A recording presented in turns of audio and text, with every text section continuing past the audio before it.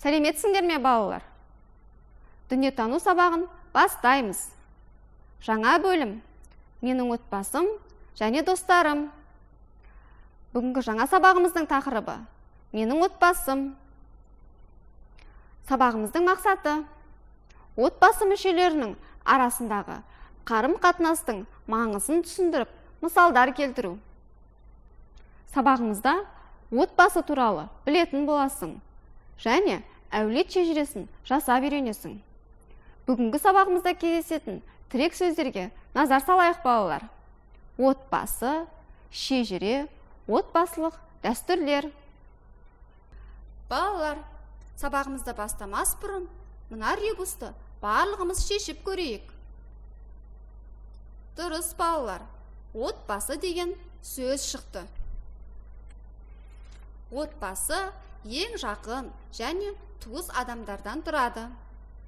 Отбасы мүшелері бір-бірімен жақсы қарым-қатынаста болуы керек. Әр отбасының қалыптасқан өз дәстүрлері болады. Оны барлық отбасы мүшелері құрметтейді.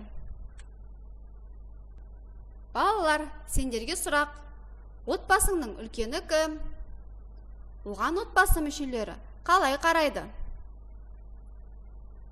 Отбасыңда қанша адам бар?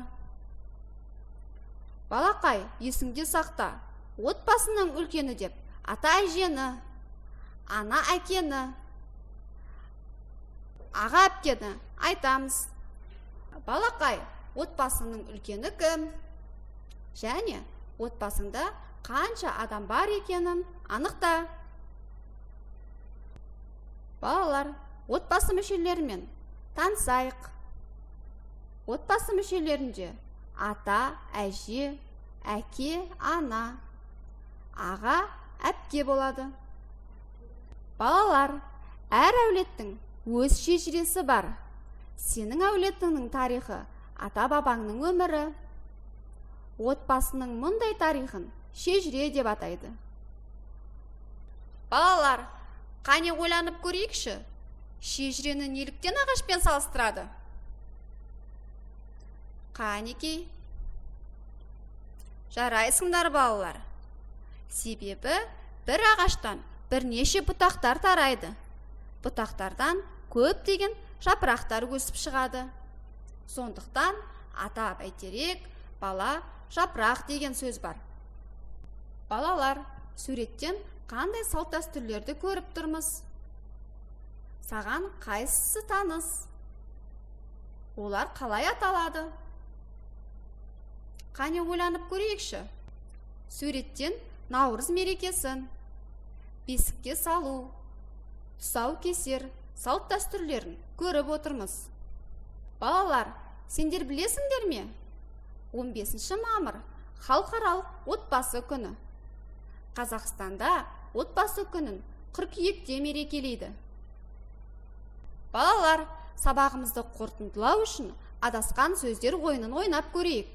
Ана, әке, ата, әже сөздері сендерге таныс. Ал енді балалар, осы сөздердің орысша баламасын сәйкестендірейікші. Дұрыс, балалар. Ана, мама, әке, отец, ата, дедушка, әже, бабушка. Жарайсыңдар, балалар. Балалар, бүгінгі сабақ сендерге ұнады деген ойдамын. Барлығын түсіндім десеңіздер, бас бармақтарыңды жоғары көтеріңдер. Енді түсініп келемін десеңіздер, бас бармақтарыңды жанға бұрыңдар. Түсінбедім десеңдер, төмен қаратамыз, балалар. Ал енді келесі кездескенше сау болыңдар.